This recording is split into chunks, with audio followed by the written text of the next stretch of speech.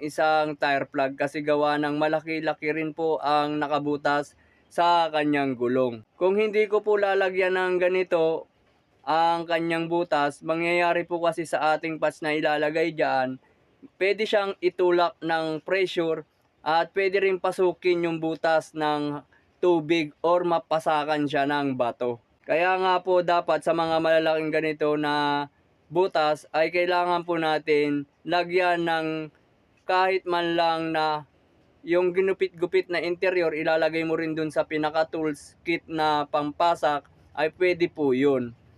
At sa akin, ang ginagamit ko po talaga dyan ay isang tire plug na rin para hindi na po ako magugupit-gupit pa ng interior. Dito tuluyan na nga po natin kagulong na nilagyan ng tire solution. At hinangin na nga po natin yan para mabilis matuyo. Ito yung mga agulong, yung patch